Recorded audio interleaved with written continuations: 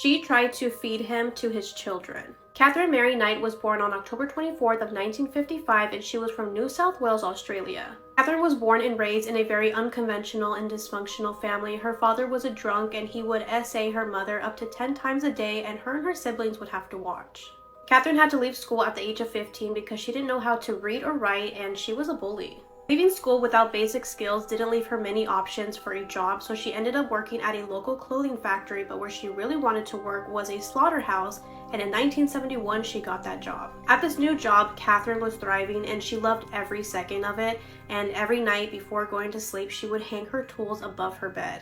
At the age of 18, Catherine got married to a guy named David, and on their wedding night, he woke up to Catherine trying to strangle him, and this would just be the beginning. When she was pregnant with their first child, her and David got into an argument because he returned home late, so she smashed him over the head with a frying pan, which caused him to get a fractured skull. And it gets even worse because as soon as her daughter Melissa was born, Catherine went to some nearby railroad tracks and left her baby there while a train is coming, but luckily a man was able to swoop in and save her seconds before the train came. Catherine was hospitalized but discharged the next day, and her baby was in her care again. As soon as Catherine's second daughter was born, she ended up leaving David, and she met another man named David and began a relationship with him. Catherine was said to be very jealous and controlling in this relationship, and she even ended the life of his puppy. Eventually that relationship ended, and then she got into a new relationship, and then once that one ended, she finally ended up with her last partner, which was John Price. John was a 45-year-old man with 3 children, and he was described as kind, dependable, and well-liked. For the first few years in the relationship, everything seemed okay, but once Catherine asked John to marry her, he said no, and that's when things turned around. The relationship between John and Catherine had gotten so bad that he was scared of her and even told his coworkers that if something were to ever happen to him, it was because of Catherine. On February 28th of 2000, John went to get a restraining order against Catherine, and they told him that it was going to take about 3 weeks for it to fully go through, and he was just scared of when Catherine was going to strike next. Once John arrived home, he noticed that his children weren't there, so he went to his neighbor's house, and they told him that Catherine had picked them up to take them to a friend's house. John didn't want to be home alone, so he spent the evening with the neighbors until about 11 p.m.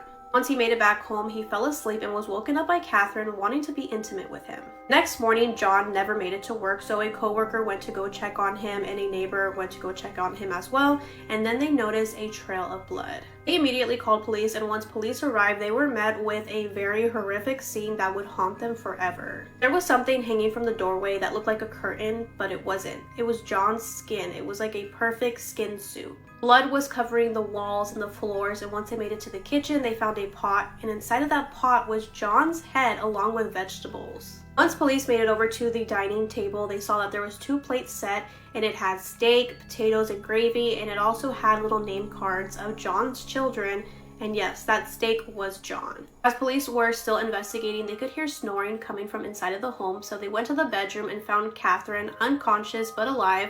She had taken a bunch of pills to try to end her life. It was revealed that John had been stabbed 37 times, and it was like the house was a real-life slaughterhouse. Catherine was arrested and charged, and at first she tried to plead not guilty, but because of the severity of the crime and all the photos from the crime scene, the judge sentenced her to life in prison without the possibility of parole. How to tell if your sibling is a skinwalker. Imagine waking up in the middle of the night and the person standing in your doorway looks exactly like your sibling, but you then come to realize that something feels off.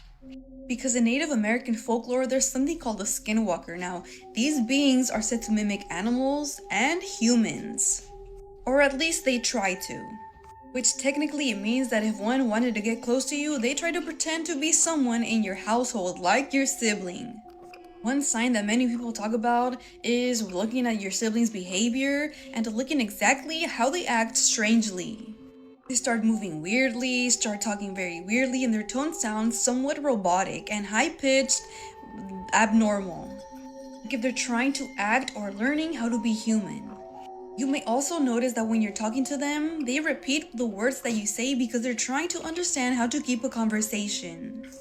So tonight, if your sibling stands in the doorway and he or she looks off, be careful. Because your sibling may not be your sibling, but a skinwalker. She left her wedding beaming with joy, and minutes later, she was dead. Before I get into today's case, I do upload an episode every single week to the Born Investigation podcast if you guys prefer deep dives. It was supposed to be the happiest day of her life. In summer 2023, 34-year-old Samantha Miller was getting ready to tie the knot. It was the perfect setting for a wedding. Folly Beach in South Carolina. Gorgeous sunny sands, stunning views, a place where friends and family could come together to celebrate Samantha and her fiancé, Eric. Now, the pair had been together since 2019, and everybody could tell just what an amazing couple they were. They were the type of couple where you just thought they're actually so suited that they are made for each other. Eric's family loved Samantha, Samantha's family loved Eric. Like, it was just so perfect. The ceremony was beautiful. It was such a fitting tribute to them as such a beautiful couple. It was everything they could have ever hoped for and more. And at the end of the evening, the new Mr. and Mrs. Hutchinson was singing and dancing with all their family and friends. The most amazing end to a perfect wedding, until it turned into a living nightmare. The couple decided to head back to their accommodation that night on a golf cart driven by Eric's brother-in-law. There were 4 of them on the golf cart, and Samantha and Eric were cuddled together in the back. They were kissing, they were cuddling, and Samantha said she didn't want the night to end. Eric kissed her on the forehead, and then everything went black. The next thing he remembers is waking up in a hospital, and he's like, oh, what the hell is going on? Where am I? Where is Samantha? I don't know how you break that news to somebody that actually your wife is dead. The couple's golf cart had been hit by a vehicle traveling 65 miles per hour in a 25-mile-an-hour zone. The driver was Jamie Lee Komorski, and she was 3 times over the drink driving limit. Now, here's a tip about alcohol and driving.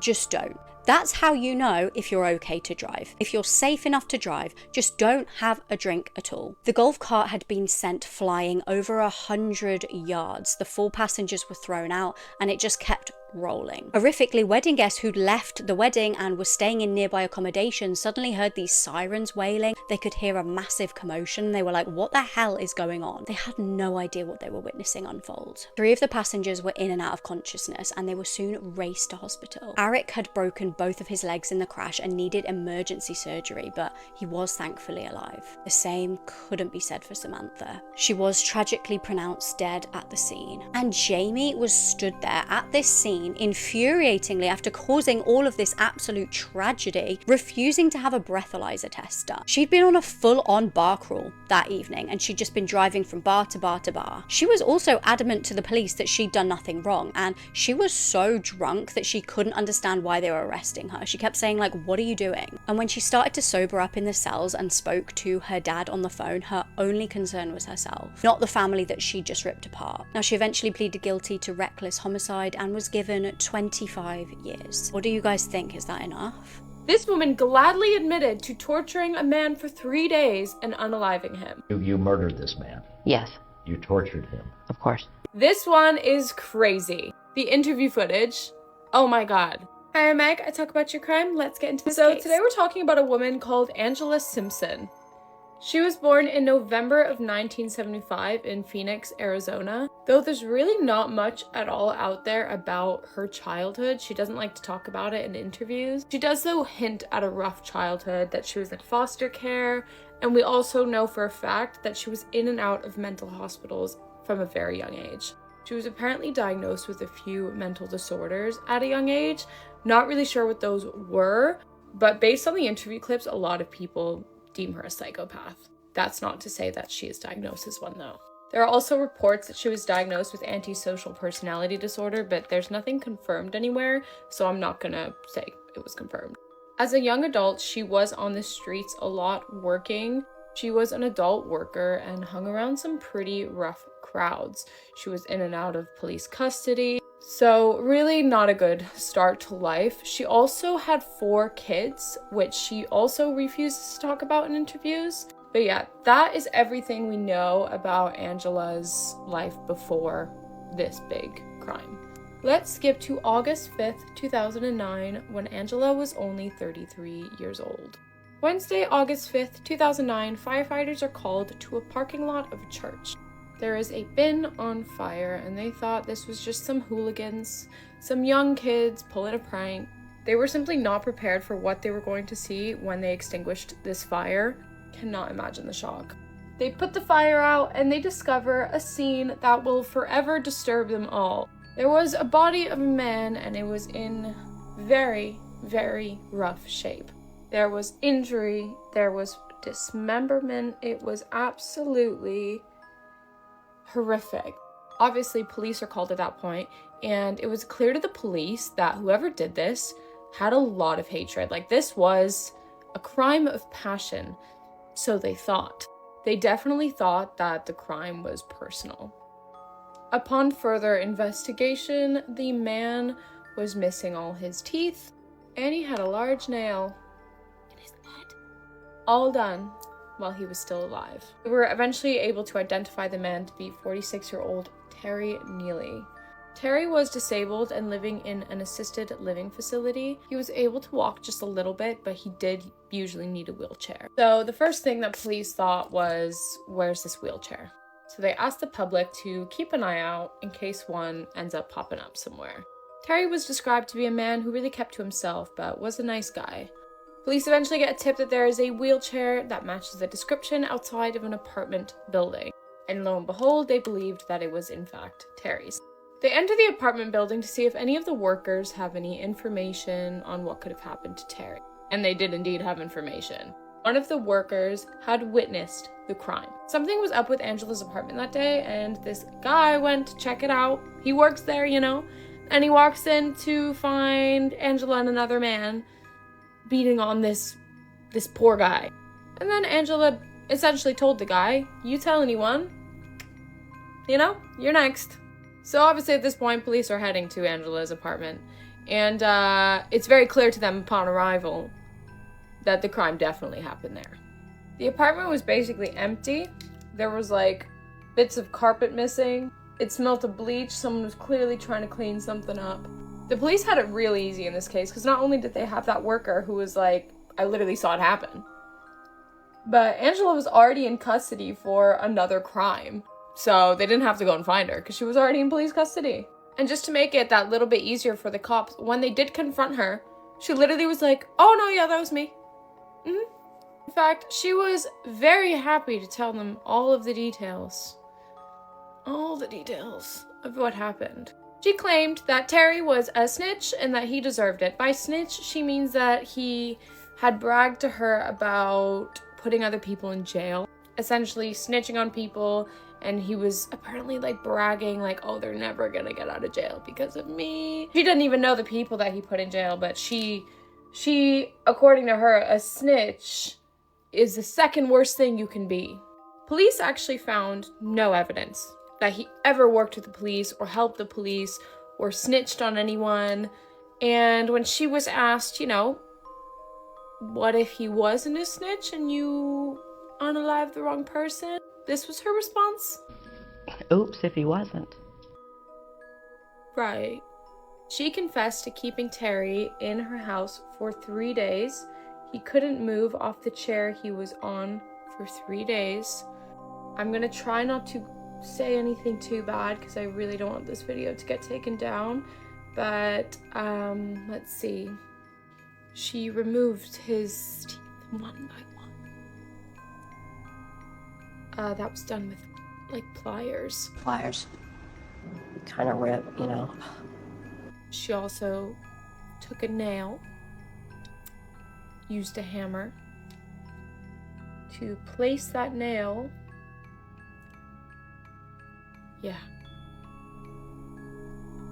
in the head, in his head.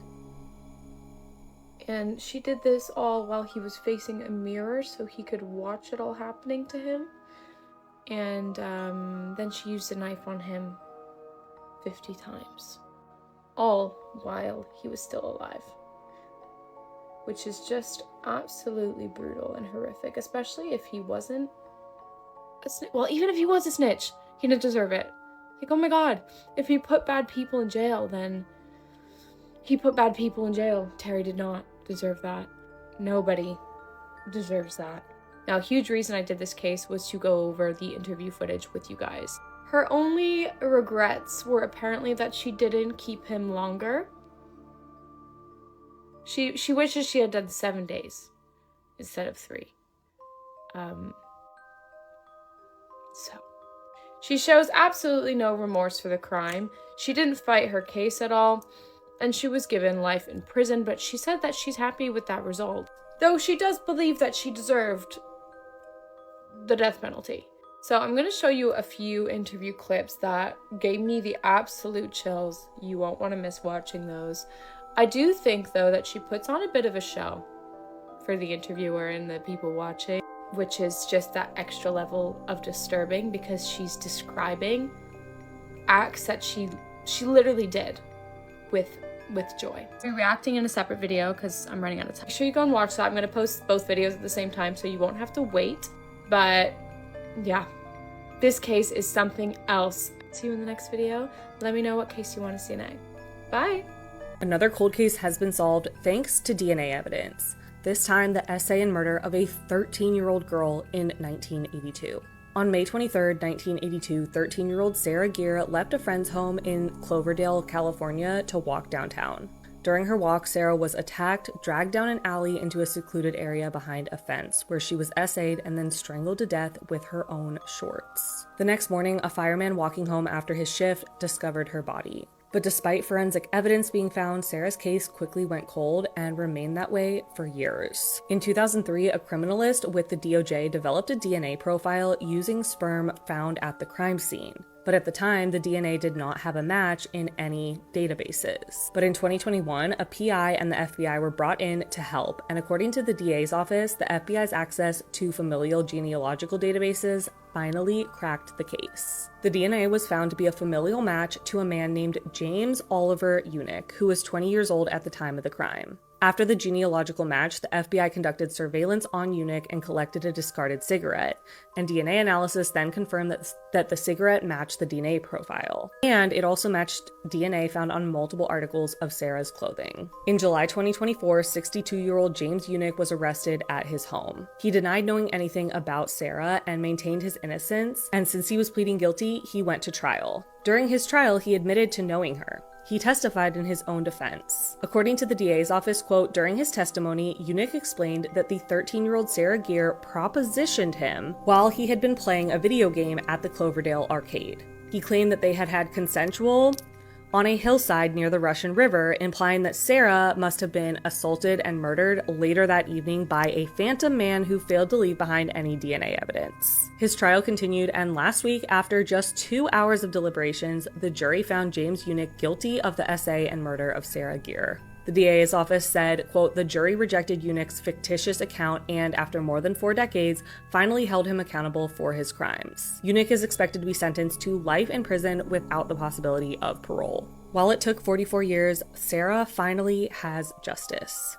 Rest in peace, Sarah. This guy goes caving and accidentally crawls headfirst into the wrong tunnel, and to this day, his body is still stuck there. So his name is John Jones. He's 26 years old, living in Utah with his wife Emily and their 13-month-old daughter Lizzie. And Emily's 4 months pregnant with their second kid, so like this guy has his whole life ahead of him. And one random night in November of 2009, John gets this invite from his brother Josh to go caving at the Nutty Putty Cave with a whole group of family and friends. And even though John hasn't been caving in years because he's been so busy with medical school and being a new dad, something about this just sounds so good. Like maybe he's been missing the thrill of it, or maybe he just needs a break from all of this stress. I don't know, but he says yes. And so at around 8 p.m. on November 24th, John pulls up to this dirt parking lot in the middle of absolutely nowhere to meet up with Josh and the rest of the group. And one by one, they all start climbing down the entrance of the Nutty Putty Cave. And the second they get inside, the temperature just drops. Like it goes from this dry winter cold to this wet, vicious freeze that sinks into your bones like ice water and makes your whole body ache. And pretty quickly, the group decide to split up. The kids and the less experienced cavers head off to this area called the Big Slide, which is basically this wide, safer passage where you can slide down on your butt like it's a natural water slide. It's safe, it's fun, and perfect for people who aren't trying to push their limits. But John and Josh, they were here to push their limits. They were here to find the birth canal. Now, John had done his research on this passage and he knew that it had a reputation. Like, it's this legendary tight squeeze that every serious caver in Utah talks about. And people have actually gotten stuck in there before, multiple times actually, but every single time the rescuers would manage to pull them out and everyone would just go home perfectly fine. So it wasn't like some death trap or something. And John and Josh were both aware that it was going to be a little dangerous, but they were very confident that they'd be able to handle it. And honestly, if they pulled it off, they would have bragging rights forever. So to them, it was worth the risk. Now, me personally, I'll pass. There is no way that you're going to get me to crawl into a hole that tight, but that's just me. Anyways, they start crawling deeper into the cave, moving forward on their hands and knees. And at first, John's got plenty of room to move, but as he keeps crawling deeper and deeper, he started noticing that his shoulders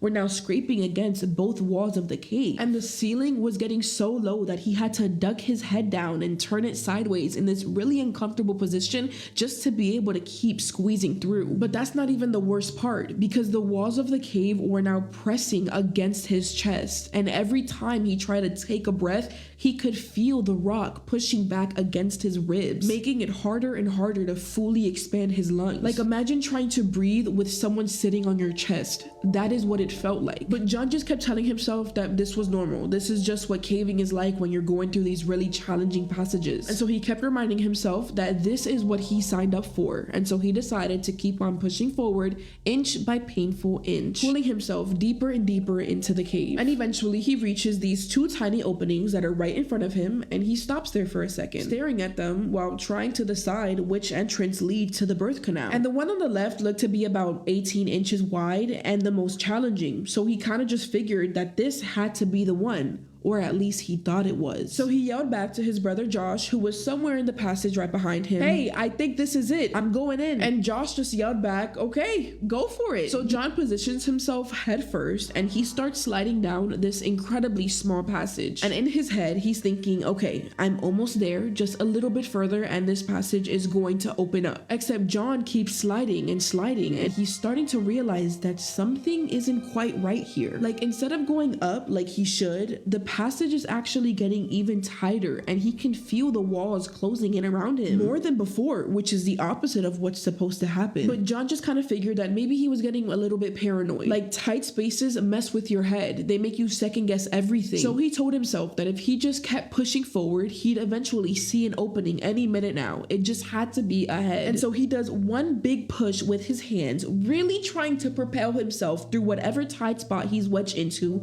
But that's when John realizes that he's got a serious problem. He literally cannot move at all. His hips have like caught onto something in the passage, and he can like feel this rock pressing hard into his hip bones from both sides, and he's unable to slide forward anymore, not even a single inch. So John immediately tries to push himself backward out of this thing, like, okay, this was a mistake, time to get out. So he plants both of his palms flat against the wet cave wall, and he pushes with every ounce of strength that he's got, but his arms won't fully extend because the walls are literally right there, just inches from his face, inches from his chest, and there's simply no room to build up any force. And despite all of his efforts, he's not moving anywhere. And so John, he starts panicking, and he screams back out to his brother, "Josh, I think I'm stuck." And Josh immediately froze, because the word stuck is not used lightly in a cave. Like, being stuck doesn't mean that you're uncomfortable, it means that you could die here. So Josh immediately starts working his way down, trying to see what's happening. And once he gets there, all he could see was John's feet sticking up, and the rest of his body was going straight down into this hole. It was almost as if his brother had been swallowed by earth. And so Josh quickly tries to grab onto his brother's legs to pull him out, but the hole was just too tight and too narrow. And after several minutes of trying to pull him out, they both knew how bad this was. So at some point, Josh quickly crawled right back out and called 911. And about 4 hours later, 4 hours of Josh just hanging there upside down in this darkness, cave rescuers finally arrive, and they crawl into the cave to find John. And that's when they figured out that John's situation was way worse than they could have imagined, because John wasn't stuck in some birth canal like they all thought. he had accidentally went inside the wrong entrance. The passage he was in was near Ed's Push, and this part of the cave is the most dangerous because it's only 18 inches wide and 10 inches high. Like, yes, please think about that. 10 inches high. That's basically the width of a piece of paper. That is how compressed his body was. So these cave rescuers, they quickly bring in this whole harness with a pulley system to try to hopefully pull John out. And they spend hours setting this thing up. Like, they're drilling into the limestone. They're hammering anchors into the cave walls, threading rope through tight passages, doing everything that they possibly can. And eventually, they actually get the harness attached around John's legs, and they start pulling. And oh my god, John's body actually starts to move. Like, by now, he has been completely stuck in the same position for 16 hours. And for the first time ever, his body is actually shifting upward. And the rescuers are like, yes, oh my god, yes, keep on pulling. You're gonna make it. You're gonna make it, John. Come on, you got it. And they even get to the point where they can see John's face for the first time. He's almost horizontal, almost out. But then, this loud sound echoes through the entire cave, and the anchor bolt they drilled into the cave, it just ripped right out of the rock, and the entire pulley system just collapses. And before anyone could even react, John's body slams all the way back down deeper into the passage. They almost had him. Like, they were this close. He was right there. They could see his face, and now they're back to square one. Except worse than square one, because John's deeper into the cave, and the equipment failed, and everyone's exhausted, and they're all just losing hope. At some point, they actually set up a radio so that John can talk to his wife Emily, who had heard the news and immediately rushed over there. And John, who's barely even able to speak at this point, just tells her, I love you, Emily. Tell Lizzie that I love her, and I will get out. I will come see you again. Oh my gosh, like, he's trying so hard to stay positive, still trying to believe that he's going to make it home, but unfortunately, by now, it had already been 27 hours of him being stuck upside down. 27 hours of his heart working against gravity, trying to pump blood out of his brain. 27 hours of cold seeping into his bones. 27 hours of lungs that couldn't fully expand. And at 11:56 p.m. on November 25th, the night right before Thanksgiving, John fell unconscious and he died right there, 100 feet underground in a passage that was barely wider than his own shoulders. And his entire family, I mean, it was obvious they were devastated, absolutely destroyed. And they at first wanted rescuers to try again to at least save his body for a proper funeral, because that's what you do, right? You bring your loved ones home. But they quickly realized that there was just no way of doing it. Like, John's body had fallen so deep into Ed's Push that the rescuers themselves couldn't even crawl down there anymore. And even if they tried, it would put those rescuers at a serious risk. Like, they could die too, just trying to retrieve a body. And so after days of discussion, they made a decision to seal the cave along with John inside permanently, so that no one will ever get stuck inside there again. If you live in the UK, you've probably heard about this before. If you don't, there's still a good chance that you have, because this true crime case shook the world, and communities all over the world came together to mourn these two little girls. And police officers would later make a public apology in regards to how they handled this entire investigation. That being said, we're talking about children in this video. If you think that listening to this is going to harm your mental health in any way, shape, or form, please skip this video and I will see you in my next one. I've said it a million times. I would hate nothing more than for one of my videos to hurt you guys, your mental health. So I mean it when I say that. But let's get into it, because there is a lot to go through. On October 9th of 1986, two 9-year-old girls went out to play in Brighton in England. They never came home. Nicola Fellows was 9 years old. She lived with her parents, Barry and Susan Fellows, on an estate in the north of Brighton in East Sussex in England. Their family was very close-knit and well-liked by everyone who knew them. Karen Hadaway was also 9 years old. She lived with her parents, Michelle and Lee Hadaway, and she was one of 3 children. Karen and Nicola were inseparable. Not only were they neighbors, they lived on the same estate, but they were best friends. Their favorite thing in the world was hanging out together. Literally, if they were together, nothing else mattered. So like I said, the girls lived on the same estate, so very, very close to each other, yet they did attend different schools. So their routine was to go to school, come home, and then immediately meet up outside to go and play. And that's exactly what they did on Thursday, October 9th of 1986. Nicola and Karen finished school around 3:30 p.m. and afterwards they went out to play together, as they always did. Keep in mind, this took place in the 80s, so the world was a lot different back then. Parents felt more than comfortable letting their children outside to go and play, as long as they came back in time for dinner. So around 5 p.m., Nicola's mom, Susan Fellows, saw the girls playing outside with their roller skates near their houses. The girls then decided that they wanted to go and play in a nearby park, not for too long because they knew that dinner was almost ready, but just for a little bit. So they headed off to go to Wild Park, a local nature reserve with woods that was about half a mile away from their homes. Then they stopped at a fish and chips restaurant before turning around to go back home. Closer to 6 p.m., the girls were seen near that fish and chips restaurant when a 16-year-old girl that also lived in their neighborhood recognized them. She saw them, she offered to walk them home, so all three of them did walk together for a little bit, but not all the way. And then the 16-year-old girl eventually turned around and went her own way. That was the last time that anyone saw Nicola Fellows and Karen Hadaway alive. Dinner was ready back at Nicola and Karen's house, yet the girls had not returned, and their moms knew that they were together because they always were. So when minutes started to go by and the girls weren't back yet, the families checked with each other to see if Nicola was at Karen's house or vice versa, but they were not. They started asking neighbors around them if anyone had seen them. No one had. So they walked around briefly, but Karen and Nicola were nowhere to be found, and you can imagine the panic that any mom would have had when they're starting to realize that nobody knows where their two 9-year-old daughters are. Both families were very quickly starting to panic, and neighbors from their estate were also walking out of their houses to help look for the girls. When neither girl had returned by bedtime, now closer to around 8 p.m., Michelle Hadaway made the 999 call to the police. Panic spread through the entire estate, and a massive search was organized. Around 200 police officers and neighbors joined in to search. More than 150 officers from Sussex Police were sent out. A helicopter was brought in to search Wild Park. Hundreds of residents that were local to the area also offered to help and volunteered in the search. The entire community was searching, and they were finding absolutely nothing. It was only getting darker by the minute, and the search continued on through the next day. The following afternoon, among the people standing outside was a man called Russell Bishop. He had been involved in the search. At least that's what he said. He said that he had been out all day looking for the girls, and when he was standing outside, he wasn't standing alone. He was standing with his dog. So Russell had this dog. Her name was Misty. Misty was, according to Russell, a highly trained tracker dog with exceptional skills. So he sees a police officer standing outside, and he says, "Oh my gosh, do you guys need help searching? My very skilled tracker dog is here, and you guys can borrow her for the entire day if you need her." And the police officer was like, "Oh, a little bit weird, but so nice of you, but no thanks. We have our own things that we use to assist in searches, so you can keep your dog." The whole interaction was weird. It just felt very random, and it only got weirder when Russell asked a very strange question. In the conversation, obviously about the disappearance of the girls, the officer says that they're going to keep looking until they find them, and that they do appreciate any help that they can get. So he tells this Russell guy to keep looking if he has the time. Obviously, they want as many people looking for the girls as possible.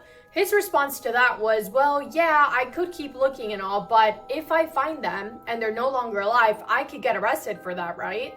That's a choice of words. Meanwhile, at the same time, two searchers are combing through Wild Park where the girls had gone to play the day before, and that's when they found them. Two guys, one named Kevin and his friend Matthew, saw the bodies of Karen Hadaway and Nicola Fellows. Where they were found has been described to be like a makeshift den hidden in the woods, and the sight of them was nothing short of heartbreaking. Nicola was lying on her back with one knee up. Karen was lying across Nicola on her stomach with her head resting in Nicola's lap. Their hands were close together. It looked like Karen had attempted to comfort her best friend in their final moments, or perhaps Nicola was trying to protect Karen.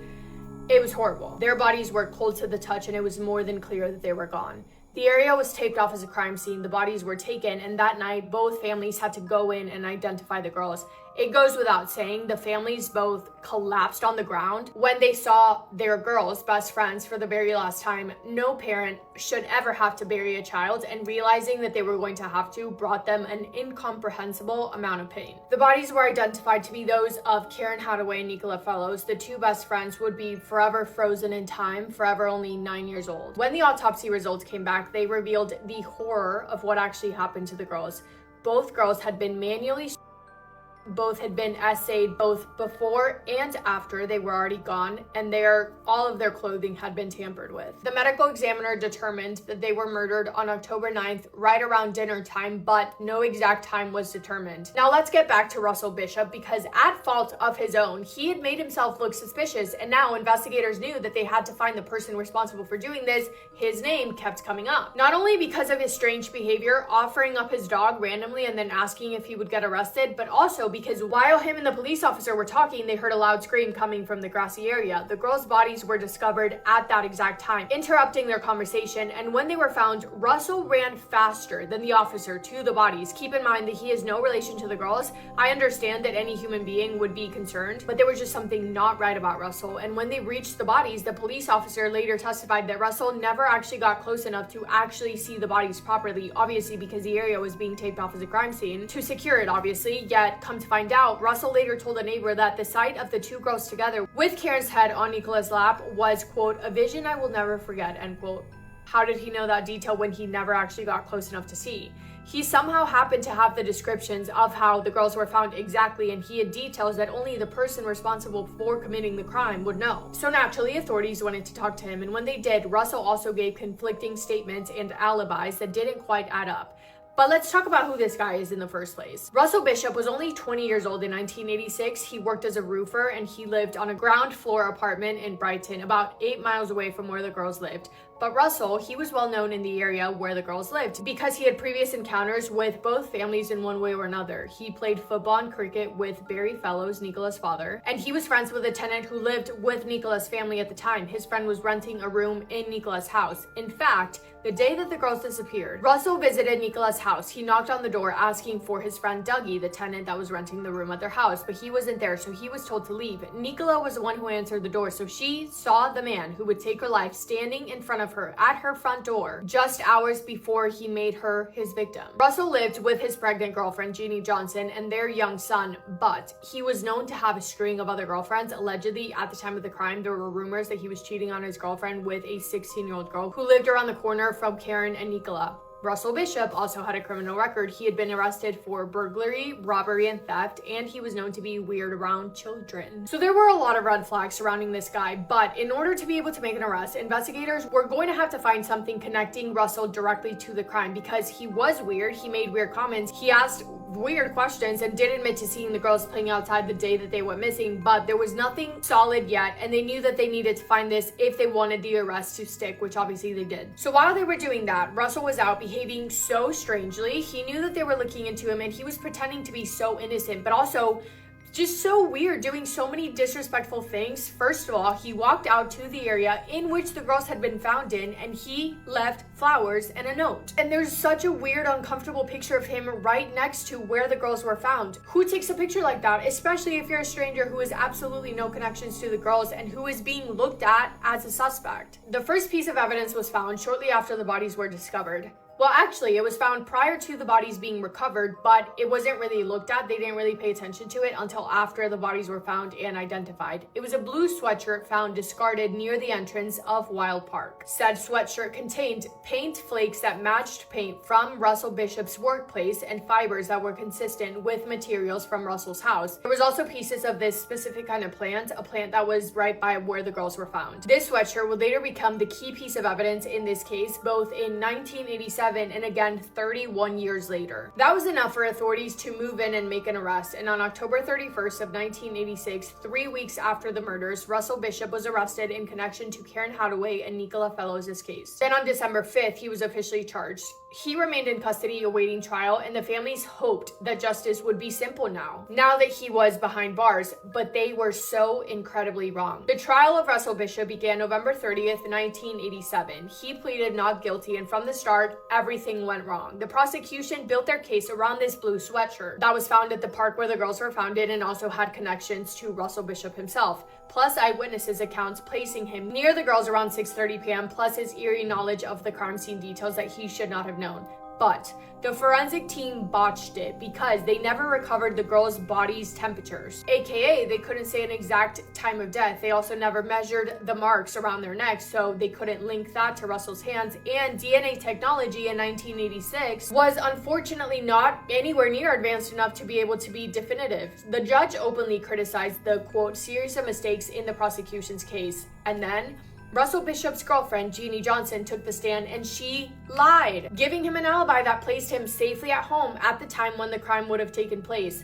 The jury believed her, and after only 2 hours of deliberation, the jury came back with a verdict, not guilty. Russell Bishop walked out of court a free man, with the families of Nicola Fellows and Karen Hadaway watching in devastation. They knew that Russell was the person responsible, and he had just gotten away with it. Less than 3 years after walking free on February 4th of 1990, Russell Bishop committed another crime. He spotted a 7-year-old girl, Rachel Watts, roller skating near her house, lost and looking for a candy shop to get a snack. He snatched her right off the street, threw her in his car boot, where she desperately tried to escape by bashing the door with her skates, and then he drove her 14 miles away. There, he essayed her and he her until he passed out. He was thinking that she was gone, and then he dumped her body in some bushes, leaving her there. But Rachel miraculously survived, and she was found by walkers that were passing by her. She had made it. The first thing, actually, when those people found her, the first thing that she said to them was, "Are you going to kidnap me?" Which is heartbreaking. But Rachel made it, and she would be able to do the one thing that Karen and Nicola never got to do, and that was identifying Russell Bishop. When police made their way over to Russell Bishop's store that same day asking about Rachel Watts, his girlfriend Jeannie Johnson was not happy. She answered the door saying, "Not again, we're not having this." But despite her clear anger, she did the same thing again. She provided Russell with another false alibi. But this time, forensic evidence was airtight. Evidence tying Russell to Rachel included red paint from the car boot on Rachel's skates, her fibers inside of his trunk, tire marks matching his car, and DNA on discarded clothing. Most damning of all, Rachel, brave and remarkably composed, identified him and described exactly what happened. The alibi didn't work, thankfully, and on December 13th of 1990, Russell Bishop was convicted and sentenced to life with 14-year minimum, finally taken off the streets because of the bravest 7-year-old little girl who refused to be his victim. Rachel Watts' survival changed everything for the Hadaway and Fellows family. Her case proved that Russell Bishop was the kind of man who targeted young girls in parks, and his pattern matched Nicola and Karen's case exactly. However, under British law, double jeopardy meant that Russell Bishop could not be retried again for the same crime. He had already been found not guilty, and because of that, he wasn't able to be taken to trial for the same crimes again. So the families fought for 16 years until the laws changed in 2005, allowing retrials if compelling new evidence emerged. In 2012, scientists used modern DNA technology to retest the blue sweatshirt found in 1986, and it revealed a 1,000,000,000-to-1 match to Russell Bishop's DNA. Combined with Rachel's case proving his pattern and Jeannie Johnson's proven lies, prosecutors finally had enough. In 2018, Russell Bishop was retried. The jury heard about the DNA breakthrough and about his almost identical attack on Rachel, and then finally, on December 10th of 2018, exactly 31 years after his acquittal, Russell Bishop was found guilty. Justice came 32 years late, but it came. He was sentenced to life in prison with a minimum recommended term of 36 years. Also, so happy to say that his girlfriend was charged and arrested for lying for him, and that she was sentenced to 6 years in prison to run concurrently with a 6-year sentence for preventing the course of justice. On January 20th of 2022, Russell Bishop passed away of brain cancer in prison at the age of 55. He had served more than 30 years behind bars. On April 17th of 2024, Sussex police issued a formal apology for failings in their original investigation, an apology that was very, very well deserved. And I say very well deserved because there was also a point in the investigation that they were looking at one of their dads as being the potential criminal, the person responsible, when in fact the entire time it was Russell Bishop. And I went on this video with a joint statement made by both families. Quote, "This twofold apology from Sussex police is very much welcomed by both of our families. It will help with our reconciliation of aspects that we have never fully understood, things that we have always suspected but had never been addressed. We thank Sussex police for seeing this through to a successful conclusion while showing integrity, accountability, and responsibility by making these apologies both privately and in this public arena. We know that lessons have been and will continue to be learned. Rest in peace, Nicola and Karen. You will always be with us in our hearts and memories." I want to cry. Crazy, crazy, crazy case. That is all from me today. Thank you guys if you made it to the end. This is probably going to be quite a lengthy video. And thank you for listening to Nicola, Karen, and Rachel's stories. Hope you guys are having the best day. If not, go do something to make it the best day. Make somebody happy, and I will see you in my next video. Massive kiss on the forehead to every single one of you.